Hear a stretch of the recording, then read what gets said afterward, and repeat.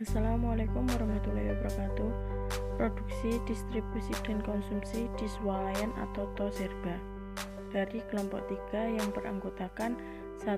Yusuf Andrian Lukmana, kedua Rasyidatur Rohmah, yang ketiga Haula Layina, yang keempat Titis Anggun Mutiani, yang kelima Widya Stuti. Produksi. Pengertian produksi. Produksi merupakan suatu kegiatan yang dikerjakan untuk menambah nilai guna suatu benda atau menciptakan benda baru sehingga lebih bermanfaat dalam memenuhi kebutuhan.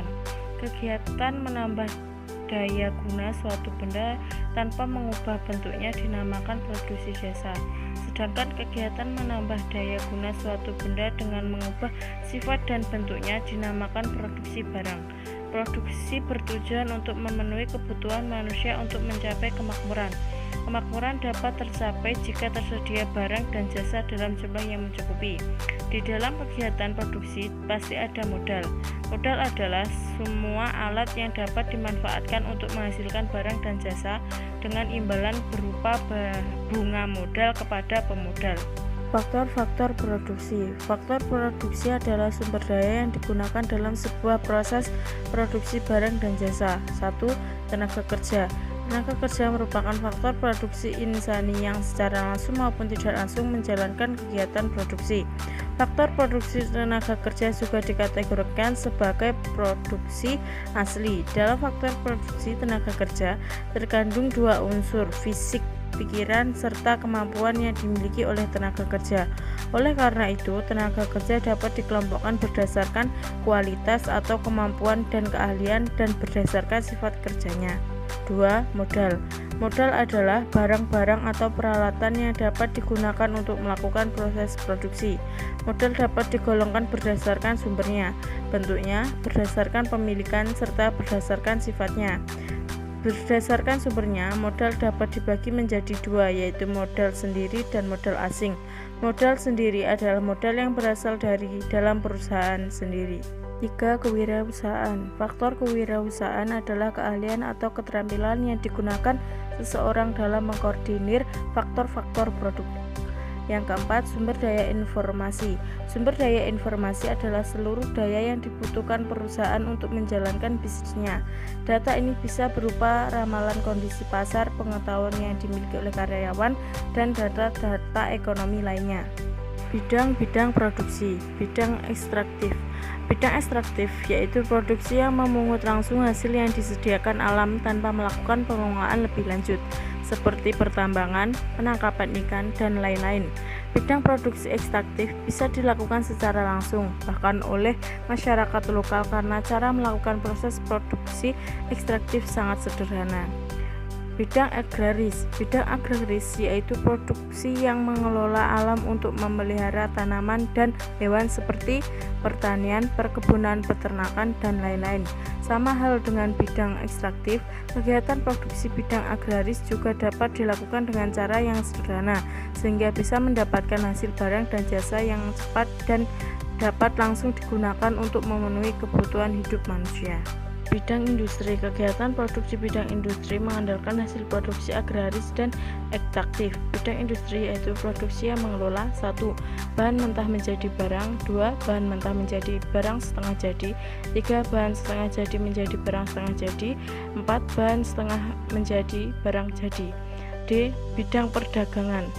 Bidang perdagangan yaitu produksi yang mengumpulkan dan menjual kembali hasil produksi kepada yang memerlukan untuk memperoleh keuntungan, seperti toko, supermarket, kios, dan lain-lain. Bidang jasa. Bidang jasa yaitu produksi yang membantu dan memperlancar proses produksi tanpa ikut membuat barang itu sendiri. Jadi bidang produksi jasa tidak menghasilkan barang melainkan hanya menghasilkan jasa.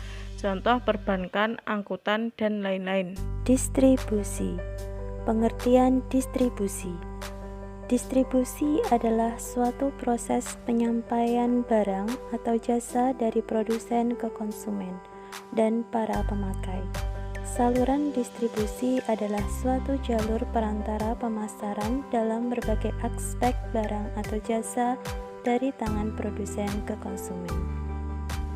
Antara pihak produsen dan konsumen terdapat perantara pemasaran. Saluran distribusi adalah saluran yang digunakan oleh produsen untuk menyalurkan produk sampai ke konsumen atau berbagai aktivitas perusahaan yang mengupayakan agar produk sampai ke tangan konsumen.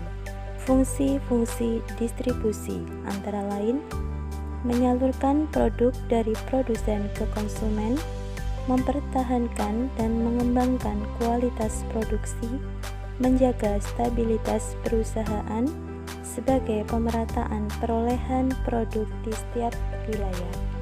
Yang terakhir, peningkatan nilai barang dan jasa. Saluran dan lembaga distribusi. Pengertian saluran distribusi adalah saluran yang digunakan oleh produsen dalam rangka mendistribusikan produk ke konsumen. Setelah satu produk dihasilkan, kemudian hal yang perlu dipikirkan adalah bagaimana memilih saluran yang tepat supaya lebih efisien. Maka dari itu, strategi distribusi diperlukan untuk memilih saluran mana yang paling memberikan keuntungan yang tinggi. Lembaga-lembaga distribusi antara lain 1. Pedagang, 2. Agen, 3. Makelar, 4. Eksportir, 5. Komisioner. Alat-alat distribusi untuk mengirimkan barang produsen ke tangan konsumen. Alat-alat yang digunakan seperti misalnya alat pengaman celah, alat pengaman tabung pelindung, alat pengaman fuse cutout. Hal itu dikarenakan supaya pelindung sistem terhadap kondisi beban, lebih melindungi sistem terhadap gangguan fisik dari luar, terutama untuk saluran udara dan lain-lain. Konsumsi. Pengertian konsumsi. Istilah konsumsi berasal dari bahasa lain yaitu consumer yang artinya menghabiskan atau menggerogoti, kemudian diterjemahkan ke dalam bahasa Inggris menjadi consumption yang berarti menghabiskan atau mengurangi. Dalam ilmu ekonomi, para ahli mendefinisikan konsumsi dengan berbagai sudut pandang, namun pada prinsipnya sama. Konsumsi adalah kegiatan yang ditujukan untuk menghabiskan atau mengurangi nilai guna suatu barang atau jasa yang dilakukan sekaligus atau bertahap untuk memenuhi kebutuhan. Secara garis besar, barang konsumsi dapat dibedakan menjadi dua, yaitu satu barang konsumsi yang digunakan habis dalam satu kali pemakaian, sehingga setelah digunakan barang tersebut menjadi tidak berguna lagi. Sebagai contoh, makanan, minuman, buah-buahan, dan sebagainya.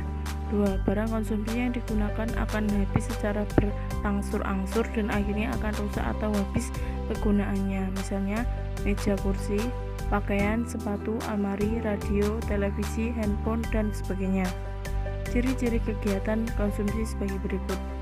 Yang pertama, barang yang dikonsumsi adalah barang ekonomi. Kedua, ditunjukkan langsung untuk memenuhi kebutuhan. Ketiga, barang yang dipergunakan akan habis atau berkurang. Faktor yang mempengaruhi konsumsi. Besar kecilnya konsumsi yang dilakukan seorang mempengaruhi berbagai faktor. Faktor tersebut secara umum dikelompokkan menjadi dua, yaitu faktor ekonomi dan non-ekonomi. A. Faktor ekonomi.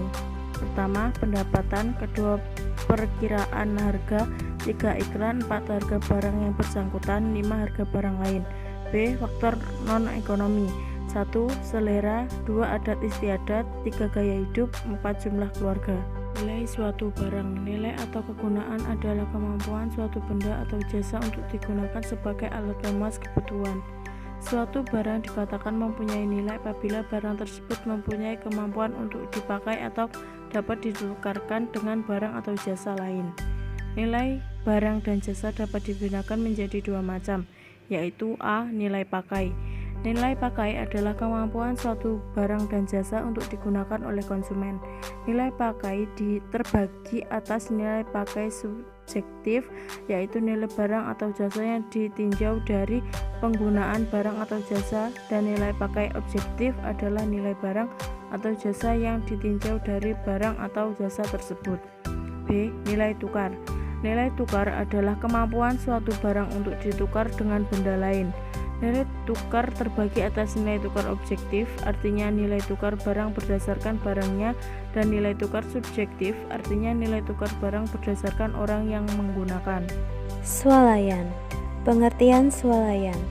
Swalayan termasuk ke dalam pasar modern.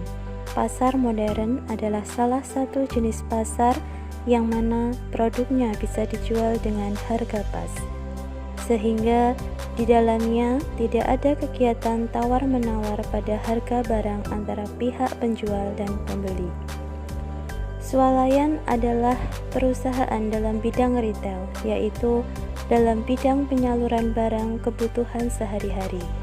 Perusahaan retail adalah perusahaan yang melibatkan penjualan barang pada konsumen dalam jumlah satuan atau eceran. Swalayan adalah sarana atau tempat yang menyediakan berbagai macam kebutuhan sehari-hari, dengan cara konsumen memilih dan mengambil sendiri barang-barang yang dikehendaki. Faktor memilih swalayan. Memilih swalayan adalah proses interaksi antara strategi pemasaran, pengecer, dan karakteristik individu dan situasional dari pembeli. Angel menegaskan bahwa proses pemilihan swalayan merupakan fungsi dari karakteristik konsumen dan karakteristik swalayan. Konsumen akan memilih atau membandingkan karakteristik swalayan yang dirasa dengan kriteria evaluasi dari pelanggan. Konsumen tidak akan melakukan proses ini sebelum mengunjungi swalayan. Jika pengalaman memberikan kesan positif pada konsumen atau memuaskan konsumen, maka swalayan akan dikunjungi lagi tanpa evaluasi ulang. Keputusan pelanggan untuk mengunjungi swalayan tertentu bisa berkaitan dengan pengambilan keputusan yang kompleks, yaitu pelanggan mengkaji bermacam-macam swalayan tertentu yang bersifat rutin. Faktor yang mempengaruhi konsumen menjadi loyal pada suatu swalayan yaitu lokasi.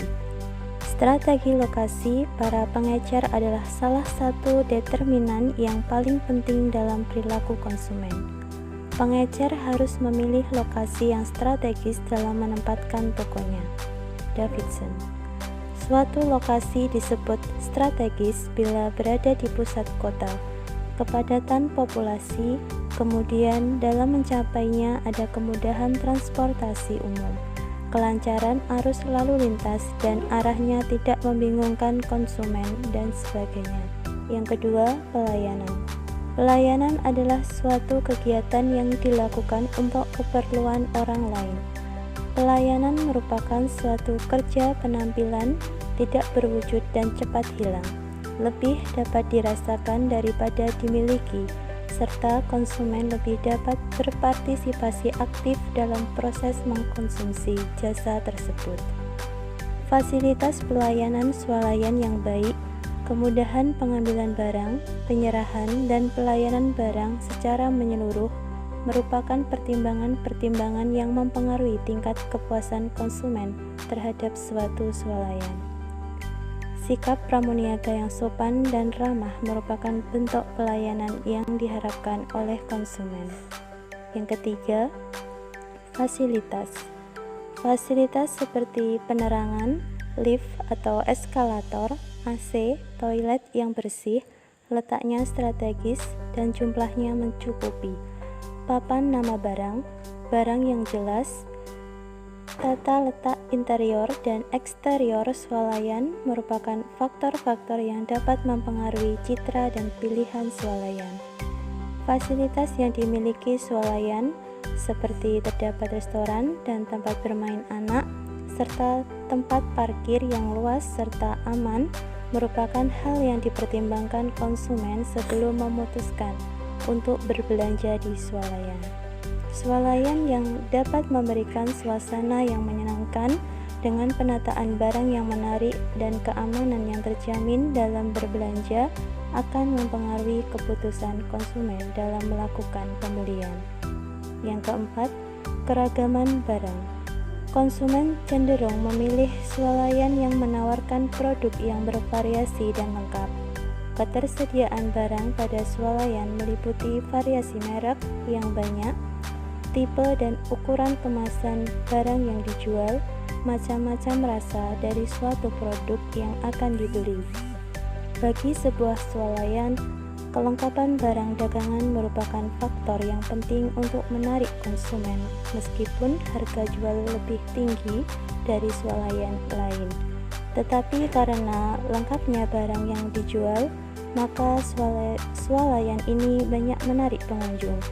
semakin lengkap sebuah swalayan, maka semakin memenuhi kebutuhan dan keinginan konsumen. Sekian presentasi dari kelompok kami, kurang lebihnya mohon maaf. Wassalamualaikum warahmatullahi wabarakatuh.